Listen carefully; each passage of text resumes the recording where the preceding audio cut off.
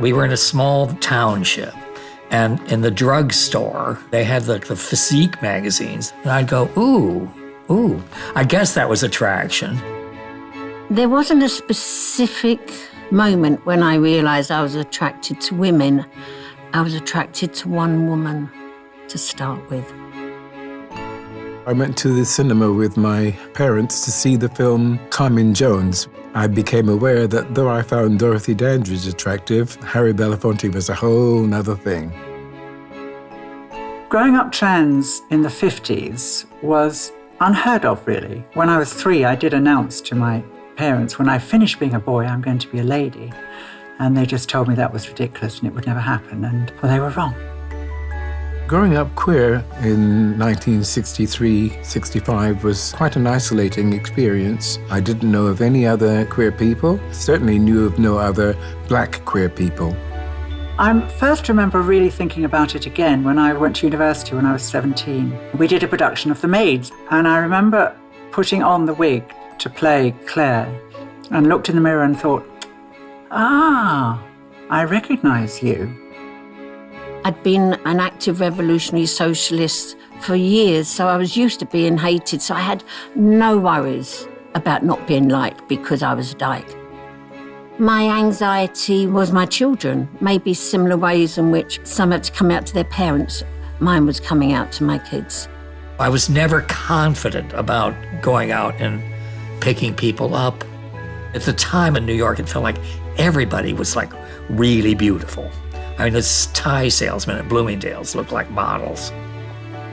On my 21st birthday, my present to myself was I took all my male clothes to the charity shop and I lived as a woman from that day on.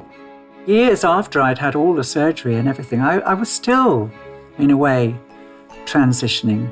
I was a very angry human being for many years until I transitioned, and then it all went away.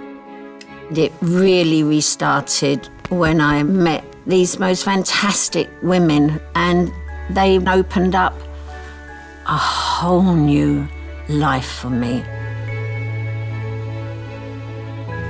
The Gay Liberation Front started as a general protest against homophobia. We had a pink triangle into which people could put their suggestions, and somebody suggested that we should have a march.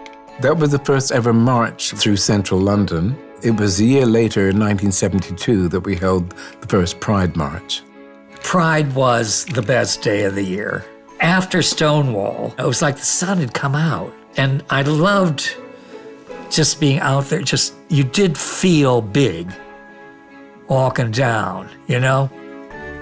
We were very unsure about the response of both the police and the public would be, but we were determined to make our presence known. We weren't just being naughty. Any of us could have been arrested and imprisoned. It was important in showing love is something that shouldn't be sectioned off by law. It's so important to have allies who will not be ashamed to be seen with you, who will stand up for you. I've had these women around me, and it's just been the most amazing experience. I am aware that I'm aging. My response to myself when I sometimes think I'm getting old is such a privilege. We've lost so many people. This was for Ron, who was like, you know, my best friend. He's with me every day now. God, do I miss him. The whole idea of Cleve Jones making the quilt, and the word kind of went out that you could make a panel. The unfolding of it just took your breath away. I think part of my job on the planet is just to bear witness. I've got to show up for all those guys who aren't here anymore. I'm optimistic about the future because I've seen what can be achieved. We overturned almost 2,000 years of homophobia. We're determined to fight, and I know that we will win. I just think people should be allowed to be who they want to be, as long as it doesn't hurt anybody else, and it doesn't. To my younger self, I would say, why did I wait so long to be brave? There's a long road ahead, but you're going to make it. Make the most of yourself, be more confident, and just enjoy what you got. Things are going to get better. You can have a happy, proud life.